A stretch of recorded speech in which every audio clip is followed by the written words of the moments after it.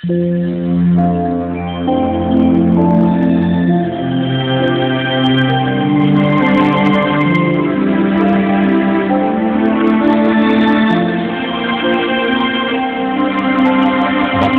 ang bumabasa at ang nangakikinig ng mga salita ng hula at tumutupad ng mga bagay na nasusulat doon, sapagkat ang panahoy malapit na.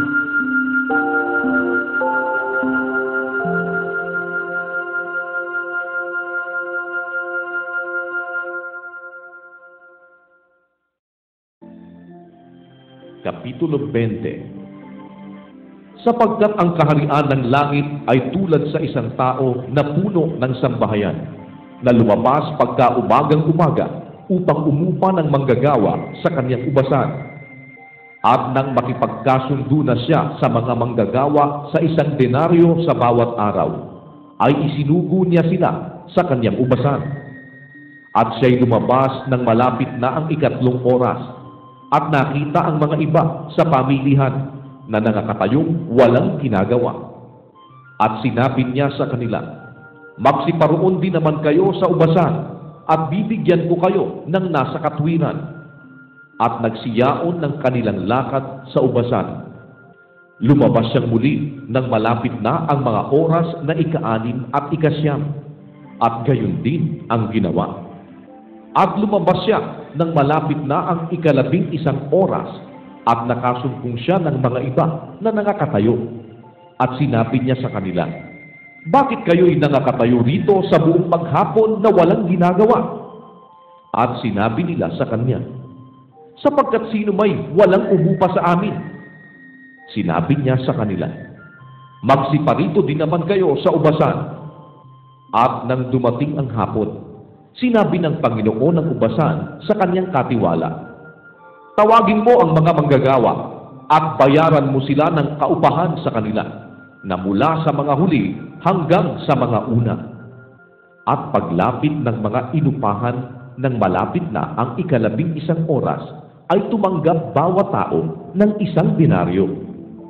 At nang magsilapit ang mga nauna, ang isip nila'y magsitanggap sila ng higit. At sila'y nagsitanggap din bawat tao ng 1 denaryo. At nang kanilang tanggapin ay nangagbulong-bulong laban sa puno ng sambahayan, na nangagsasabi, "Isa lamang oras ang ginugol nitong mga huli. Sila'y ipinantay mo sa amin, na aming pinata ang hirap sa maghapon at ang init na nakasusunog." Datapwat siya'y sumagot at sinabi sa isa sa kanila, "Kaibigan, hindi kita iniiring. Hindi baga nakipagkayari ka sa akin sa 1 denaryo? Kunin mo ang ganang iyo at humayok ka sa iyong lakad. Ibig kong bigyan itong huli ng gaya rin sa iyo. Hindi baga matuwid sa aking gawin ang ibig ko sa aking pag-aari? O masama ang mata mo sapagkat ako'y mabuti? Kaya't ang mga unay mga huhuli, at ang mga huli ay mga uuna." Samantalang umaahon si Jesus, ay bukod niyang isinama ang 12 alagad, at sa daay sinabi niya sa kanila, "Narito, nagsisiahon tayo sa Jerusalem, at ibibigay ang Anak ng Tao sa mga pangulong saserdote at sa mga eskriba, at kanilang hahatulang siya'y patayin. At ibibigay siya sa mga hintil upang siya'y kanilang alimurahin at hampasin at ipako sa krus, at sa 3 araw siya'y ibabangon."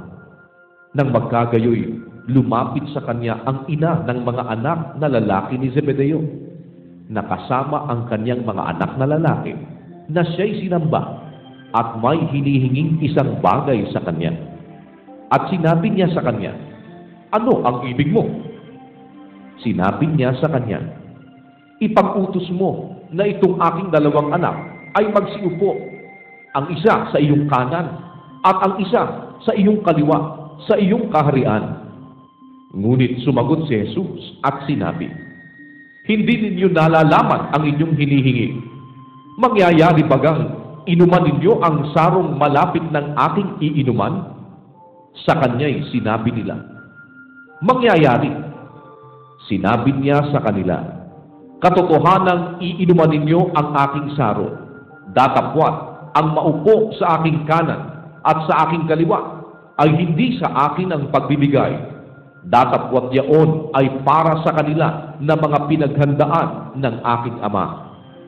At nang marinig ito ng 10, ay nangagalit laban sa 2 magkapatid. Datapwat sila'y pinalapit ni Jesus sa kanya at sinabi, nalaman ninyo na ang mga pinuno ng mga hintil ay nagpapapanginoon sa kanila, at ang kanilang mga dakila ay nagsisigamit ng kapamahalaan sa kanila. Sa inyo'y hindi magkakagayon, kundi ang sino mang mag-ibig na dumakila sa inyo ay magiging lingkod ninyo. At sino mang mag-ibig na maging una sa inyo ay magiging alipin ninyo. Gayon din naman ang anak ng tao ay hindi naparito upang paglingkuran, kundi upang maglingkod at ibigay ang kanyang buhay na pangtubos sa marami.